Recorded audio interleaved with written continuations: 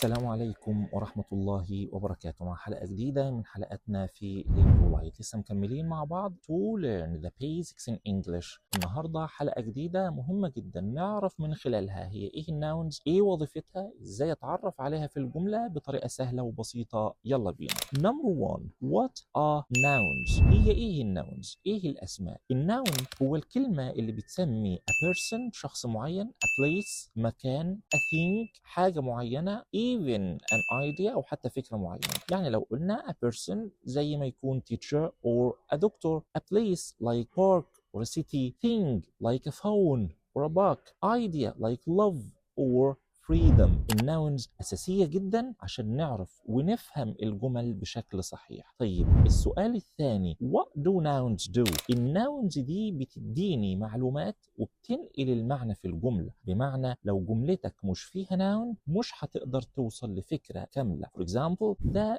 dog barked. الدوج دي ناون بتقول لنا مين اللي عمل الفيرب. For example, I saw a movie yesterday. الموفي ده ناون بيقول لنا ايه اللي احنا شفناه. يبقى تحديد الناون مهم جدا عشان نفهم الجملة بشكل صحيح. اوكي، another question. How do we recognize nouns؟ الناونز في الانجليش ممكن تكون common nouns or proper nouns. الcommon nouns اسماء عادية، اسماء منتشرة، في منها كتير مش محددة. For example like table, chair, apple, student, city and so on. اسماء كتير حوالينا مش محددة. انما النوع الثاني وهو البروبر ناونز، الاسماء الخاصة المحددة، الاسم العلم، ودي تكون اسماء لحاجات معينة ولازم تبدأ بكابيتال letters. For example Lauren, Egypt, Saudi Arabia, King Salman, Paris, Google and so on. اسماء محددة. طيب في معلومة مهمة كمان لازم نعرفها عن الناونز. الناونز endings and plurals، النهايات اللي بتكون موجودة في الأسماء. بحدد الاسم ازاي؟ الاسم ممكن ينتهي بسيلابل زي chin, action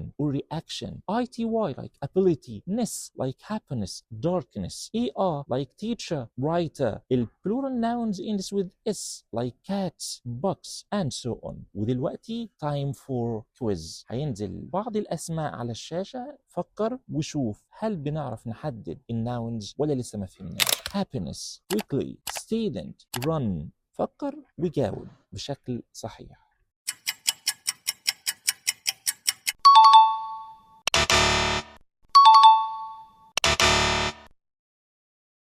دلوقتي نلخص الحلقة في مجموعة معلومات بسيطة ومركزة. الناونز هي الكلمات اللي بتسمي شخص، مكان، حاجة أو فكرة. الناونز بتدي المعنى المحدد في الجملة. الناونز ممكن تكون countable or uncountable nouns، ودي هنفرد لها حلقة خاصة إن شاء الله. الناونز ممكن تكون common or proper nouns. يا رب نكون فهمنا الناونز ونعرف إن احنا نستخرجها ونحددها في الجملة بشكل صحيح. شكرا لكم على المتابعة. لو الفيديو عجبكم ما تنسوش تعمل لايك، سبسكرايب، شارك الفيديو. الحلقة الجاية إن شاء الله نتكلم على موضوع مهم جدا جدا على الناونز، وفي إطار الناونز إن شاء الله أشوفكم قريب مع حلقة جديدة من حلقاتنا في لينجو لايت. والسلام عليكم ورحمة الله وبركاته.